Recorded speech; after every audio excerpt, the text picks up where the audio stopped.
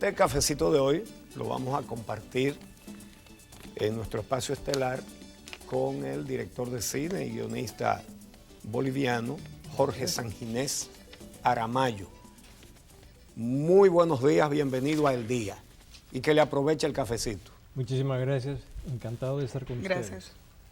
Buenos días. Buenos días. Bueno, estamos hablando de un cineasta que ha recibido muchos reconocimientos. Ayer del Estado Dominicano, pero ha ganado varios festivales.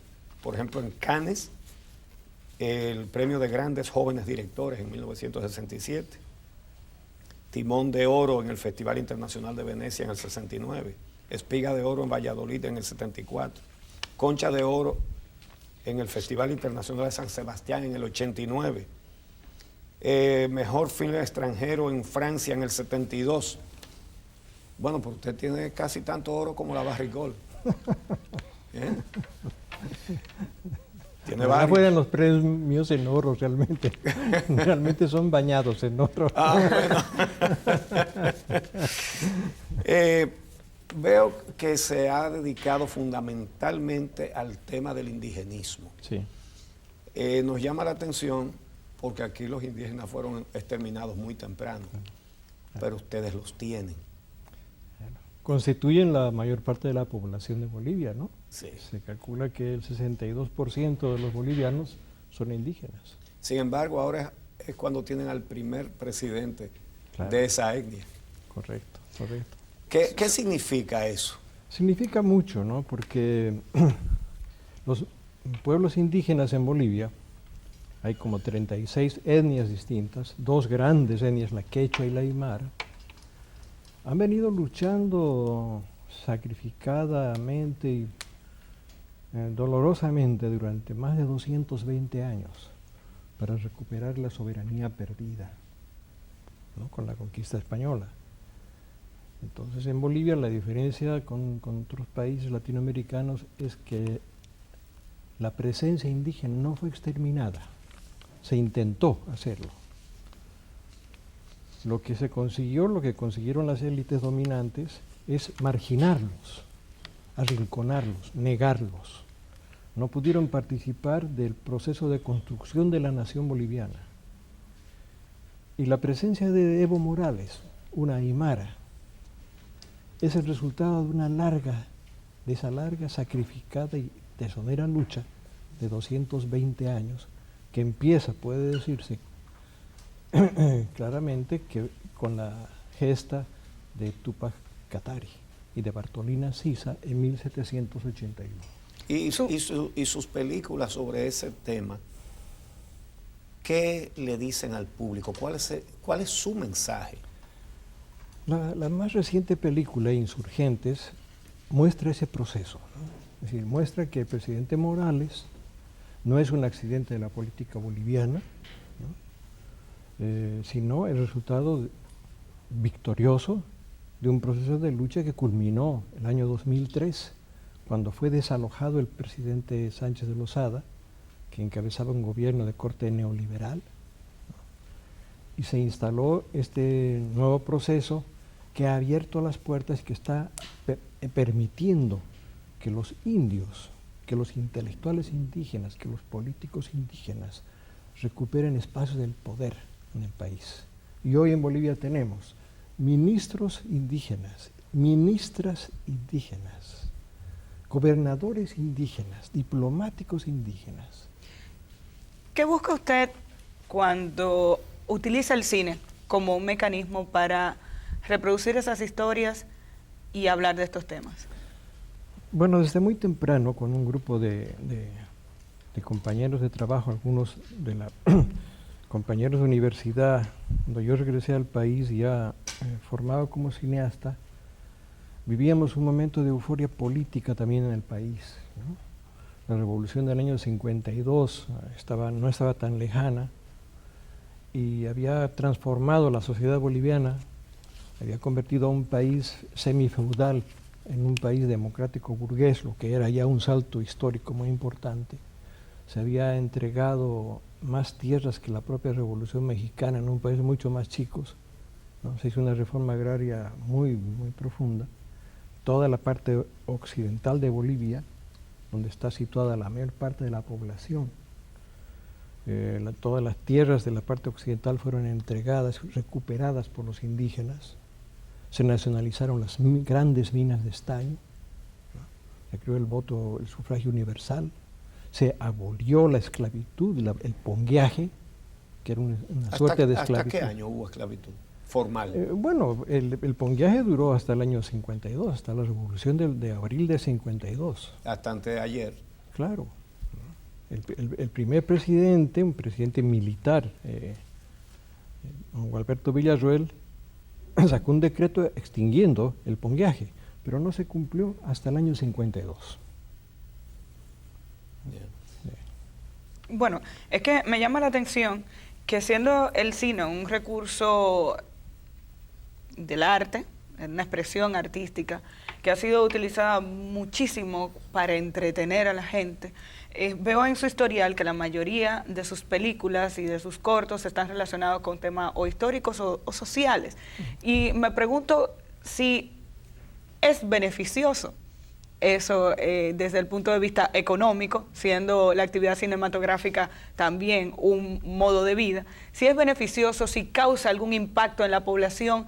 ¿Cuál es el resultado de tener una trayectoria de este tipo en Bolivia para que lo veamos como un ejemplo entonces para la República Dominicana? Claro, claro. El cine es un arte, la producción de una película es una operación cara, ¿no?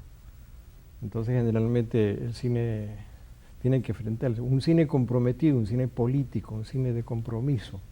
El primer problema que tiene es el problema de cómo producimos la película, de dónde sacamos el dinero para hacerla. Vamos a poder recuperar lo que hemos hecho. Entonces, eso nos llevó también a construir un cine de alta factura, que pudiera conquistar la atención y el respeto de la población, de los espectadores.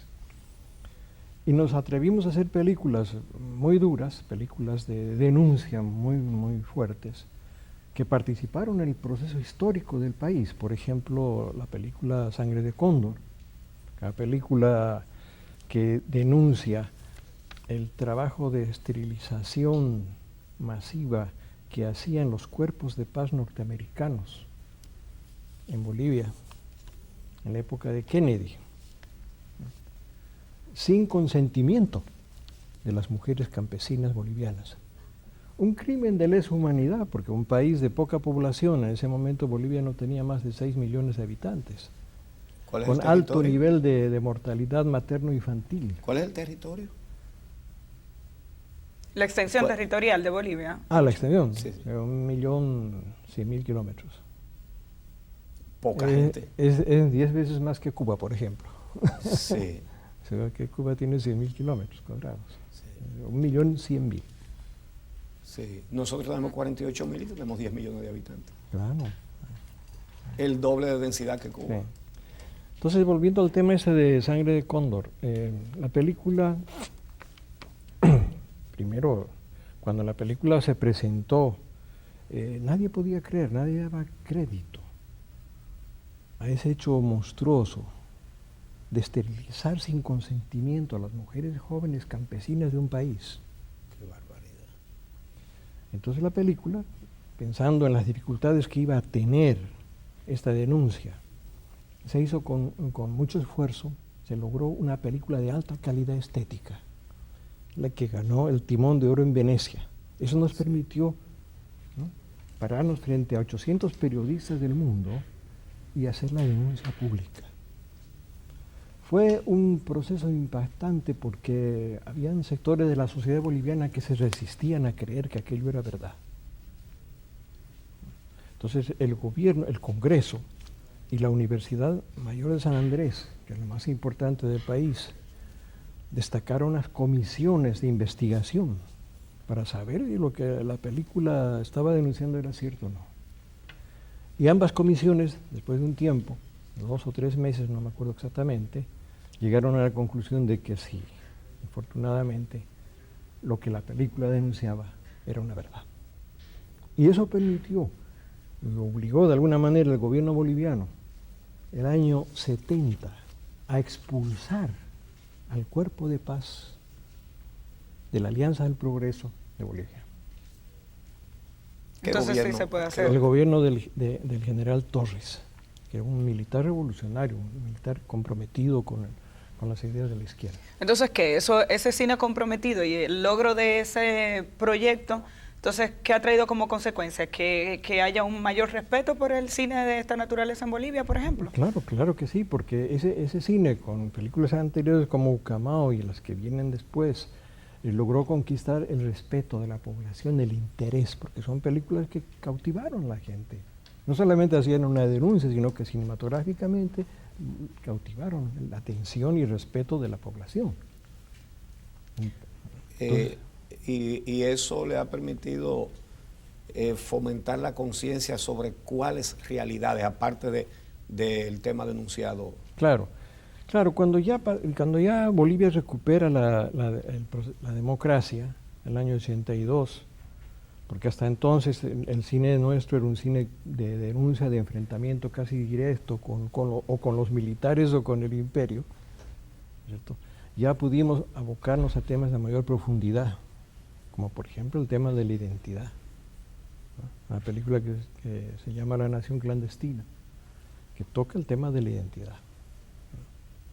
República Dominicana está haciendo importantes avances y tiene un gran interés en desarrollar la cinematografía, pero sobre todo el cine que más ha enganchado hasta ahora ha sido el cine de humor. Se han hecho intentos importantes de hacer otro tipo de cine, se está logrando otro tipo de cine. Su presencia en República Dominicana, ¿obedece exclusivamente al reconocimiento o tendrá el público dominicano la oportunidad, o estudiantes de cine en la República Dominicana, de compartir con usted en otro escenario y conocer del impacto que ha tenido ese tipo de cine en Bolivia?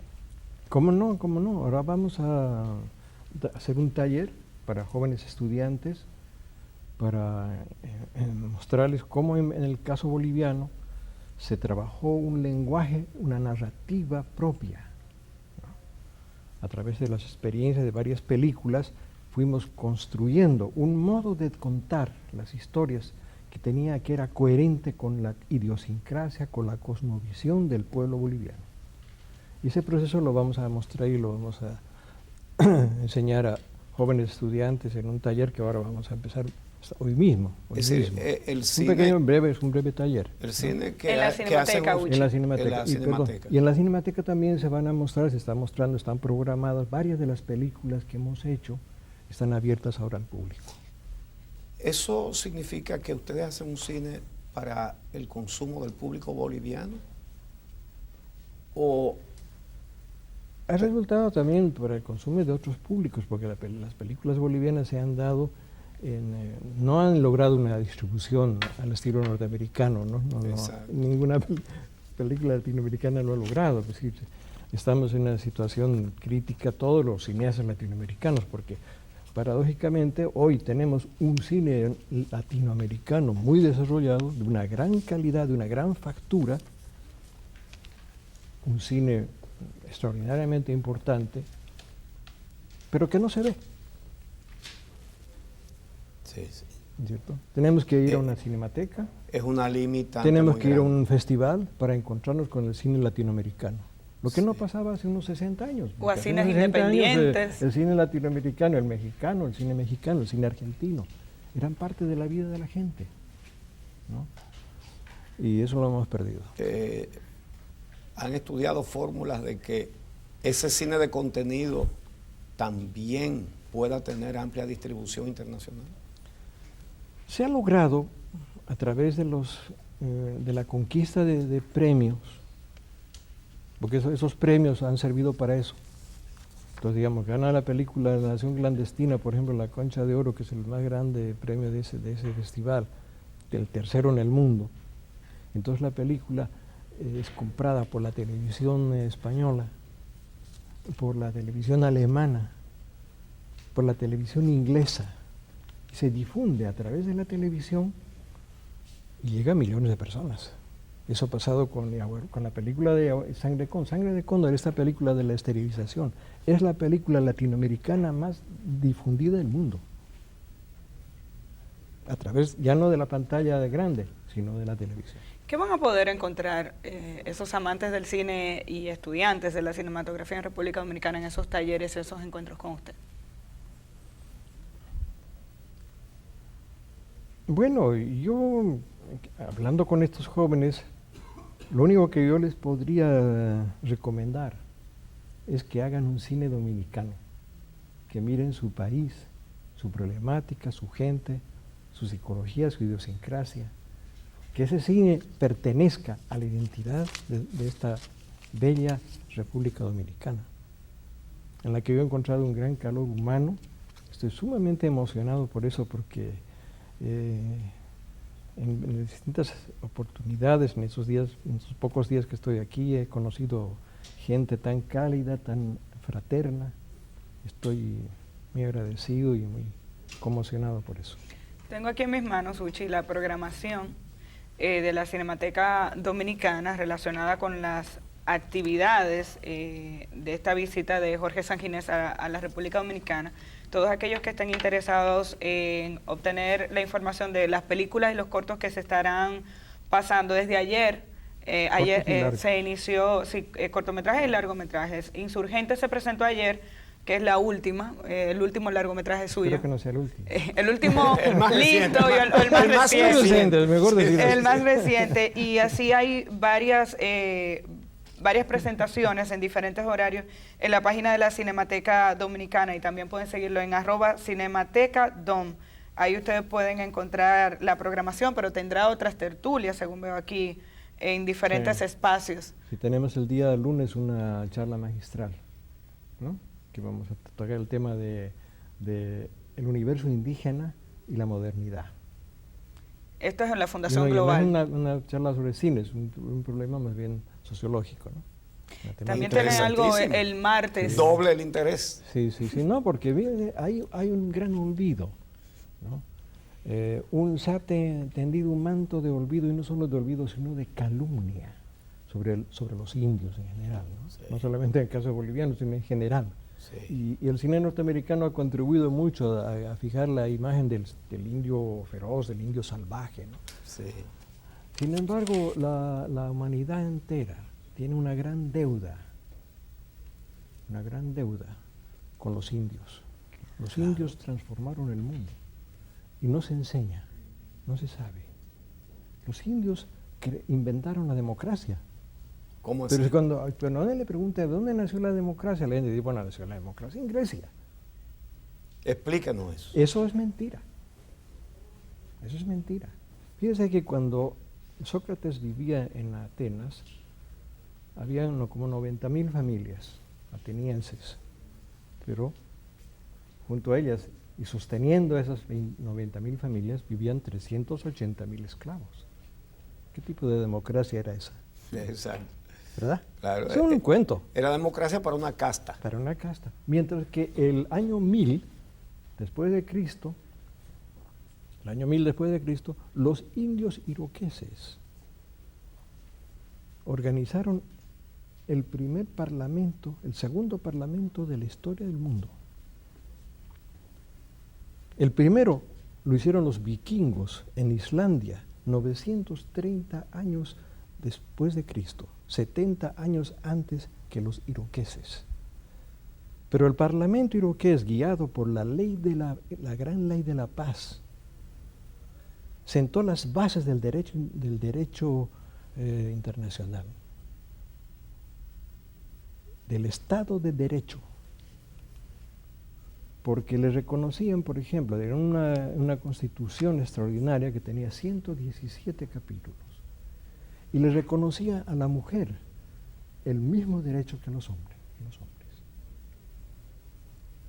Y el gobierno iroqués eran las mujeres, las que nombraban a los jefes militares, las que decidían si se hacía o no la guerra, eran las mujeres.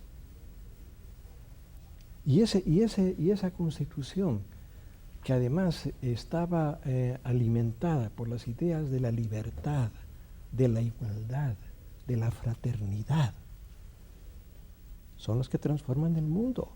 Porque esas ideas de la libertad, de la fraternidad y de la igualdad pasaron a la Constitución norteamericana, después fueron a la Revolución Francesa. Además, algo que se ha venido a poner de moda últimamente era un principio, un concepto siempre frecuente en las culturas indígenas, que era el cuidado del ambiente, el cuidado de la naturaleza. Claro, además nos han dado, Para nos siguen nosotros es dando esa nuevo. gran lección los indios. Son los que entendieron realmente cuál es el papel del hombre en la vida, en la naturaleza. Sí. ¿No? Proteger, amar, ser con la naturaleza, no encima de la naturaleza. Bueno, ayer fue reconocido por la Universidad Autónoma de Santo Domingo. Con un doctorado honoris causa. Precisamente por su defensa y a la lucha que han llevado los indígenas a lo largo de la historia. ¿Cómo se sintió en esa actividad?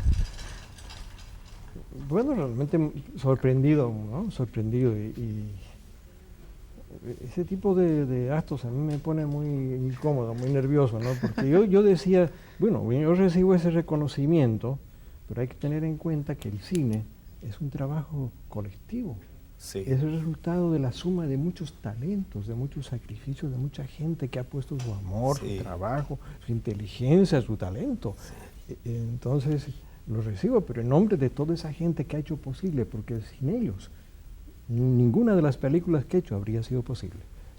Eso es así. Mañana hay una tertulia abierta.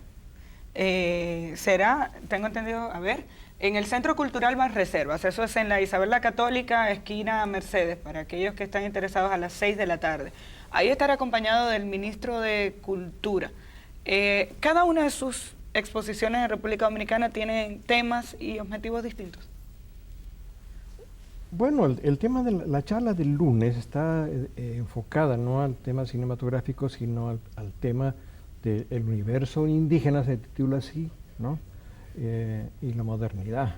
Es una comparación, el mundo que hoy tenemos y el mundo que dejamos, ¿no? Y ese mundo que dejamos, todo lo que nos puede enseñar para rehacer, para corregir los pecados de la modernidad. Es bueno señalar que él estudió filosofía, ¿eh? Es decir, que no es solamente cineasta. Y eso se siente en su conversación. Muchas gracias. ¿Qué pretende dejarle a su país y al mundo con sus películas? Bueno, yo nunca pretendí dejarle, porque me costó un buen tiempo entender, junto con mis compañeros de trabajo, que lo que habíamos hecho debería quedar, debería dejarse, debería servir de ejemplo, de memoria, ¿no? Porque se fueron haciendo en tantos años varias películas que son parte del patrimonio cultural del país. Tuvieron como objetivo más que todo un compromiso, es decir, esa película vamos a hacer porque es importante recoger esa memoria, ¿no? Denunciar aquel acontecimiento o proponer una reflexión sobre nuestra identidad, sobre el problema de la cultura boliviana. Inspirados en esas propuestas, hicimos algunas películas que van a quedar. Y que curiosamente hoy día pasa una cosa extraña en el trabajo que hace la fundación, porque tenemos una fundación, se llama la Fundación Ucamao, que tomó el nombre de la primera película. Pero permanentemente trabajamos haciendo ciclos de nuestras películas en distintos lugares, pueblos de Bolivia, y películas que se han hecho hace 45 años. Siguen motivando, siguen emocionando a jóvenes de hoy. Y eso nos llena de emoción y de alegría. No han envejecido. Nosotros hemos envejecido, pero no las películas. ¿Qué edad tiene su primera película? La primera película, muchos años. Tiene... ¿Qué año fue? Fíjense el trabajo la primera que película de cortometraje que salió afuera y que causó cierto impacto. Se estrenó en el año 63. Es decir, 53. 50 años. 50 años. Medio siglo. 50 años. Medio siglo. Me encanta que él se sorprende. Le dio trabajo Señores, calcular. Gracias al señor Jorge Sanginés, cineasta boliviano, por compartir su experiencia con el público dominicano. Una buena manera de concluir este viernes. Invitamos a todos los interesados en saber cuáles son las actividades que Jorge Sanginés estará desarrollando en República Dominicana, que visiten la página de la Cinemateca Dominicana. Mañana en la tarde hay una actividad abierta al público. Así nos despedimos hoy. Muchas gracias. Muchísimas gracias a ustedes. Por venir Encantado. y qué bueno que recibimos la noticia de que la Dirección General de Cine lo ha invitado para volver a dar conferencias y cursos. Con el mayor placer volveré a este extraordinario pueblo dominicano, la antigua Quisqueya, ¿no?, que me ha fascinado. Bueno, pues que tengan buen fin de semana todos. Gracias.